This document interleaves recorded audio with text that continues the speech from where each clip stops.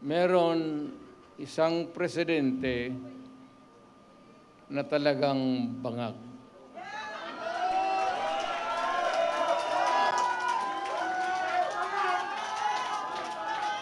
Hindi naman buang,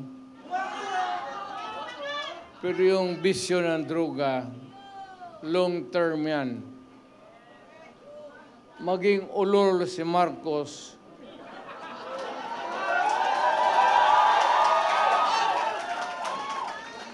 kung maybe constant use of heroin, aabot pa siguro siya ng 80. Pero pagdating sa panahon na yan, hindi na siya gumagalaw. Either nakatindig lang yan sa kwarto niya o natutulog. Ganito na lang. Marami tayong problema. I think the Marcos government has fallen short of the expectations. Ako, hindi ko ma-compare kasi pwede kong sabihin, mas mabuti siya ngayon kaysa aking panahon. I can even concede na ganon ang nangyayari.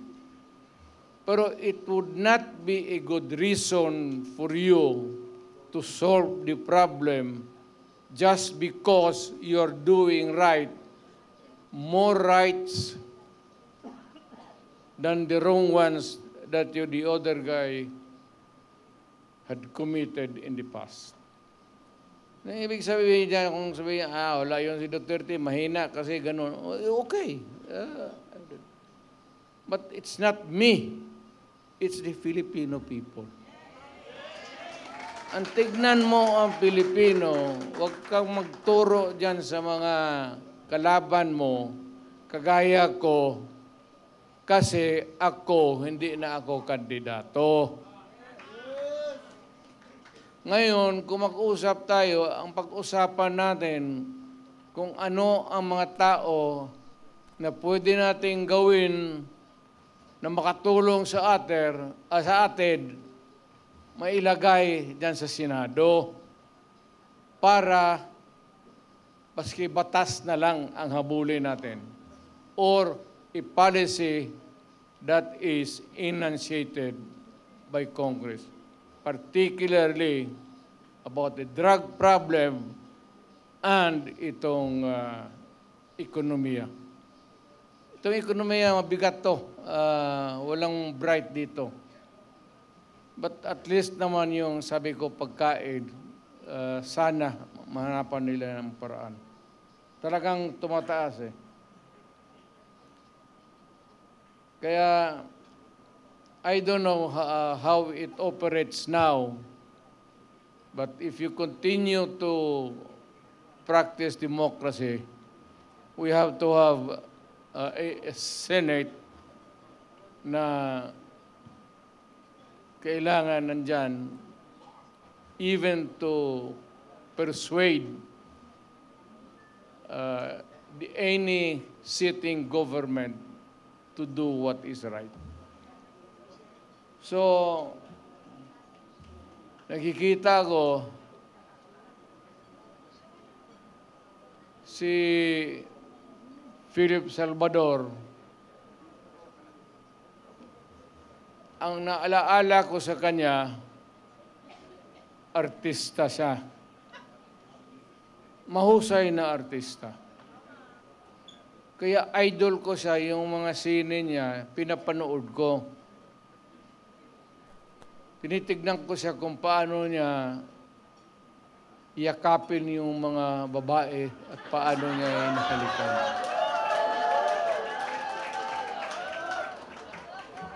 Well, aside from the fact that I know he would make a good senator, yun ang ang naalaala ko sa kanya na parang durog talaga ang babae sa yakap at pagmamahal. Now we have Atty. Rodriguez. Galing yan sa administration. Alam mo, mag-isang tao, importante talaga to. Importante ito. Baski kami, alam namin, baski yun ang nakakilala sa akin personal. Importante ang tao na may prinsipyo. At ang isang nakita ko na Pilipino na may prinsipyo na umalis sa trabaho niya because the dynamics of the position of which he was there in Malacanang was no longer right. He chose to make the decision. At nakita ko, as a matter of, hindi naman kailangan sabihin niya, but nakita natin, as a matter of principle, importante talaga yan. Atty. Rodriguez.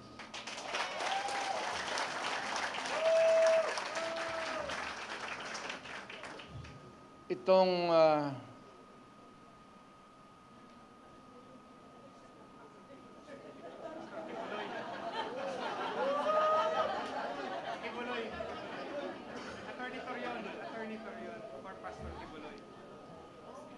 para ka kay Kibuloy? Representative. Sana. Si Pastor.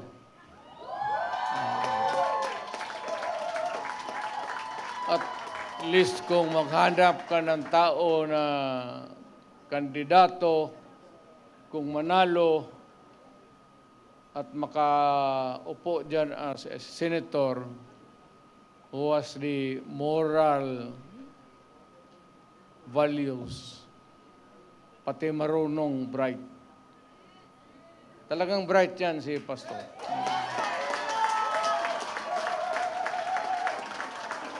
Hindi lang ninyo narinig kasi Pastor ang ina yung sinasabi, yung ganon, ang mga apostoles, ano ba naman itong apostoles ng yawa? Dito tayo sa politika ito So, si Pastor Kibuloy para sa Senado.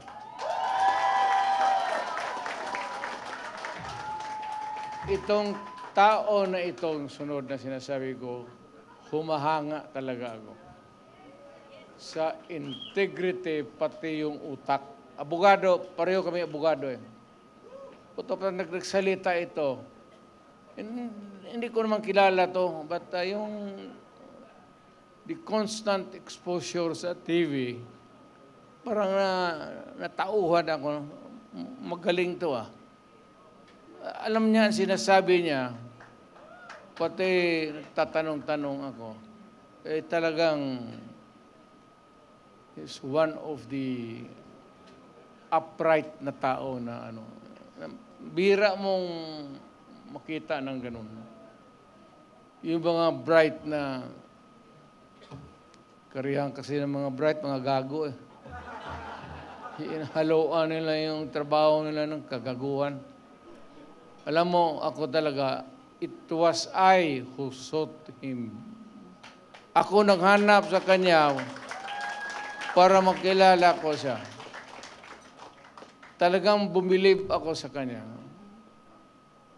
Marcoleta.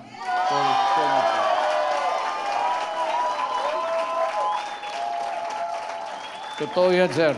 Hindi kita alam niya, hindi niya. Nung yung lumapit ako sa kanya, sinabi ko, Sir, believe ako sa iyo. Diretso, alam niya. Alam talaga niya. So, kailangan natin sa Senado. Ngayon, marami kasi sila, ano dapat ang gawin natin? Patayin natin yung mga senador ngayon para mabakante.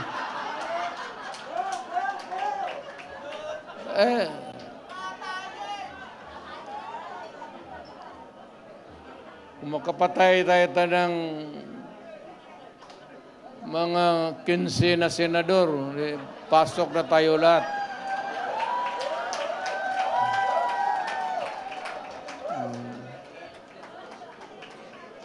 Eh,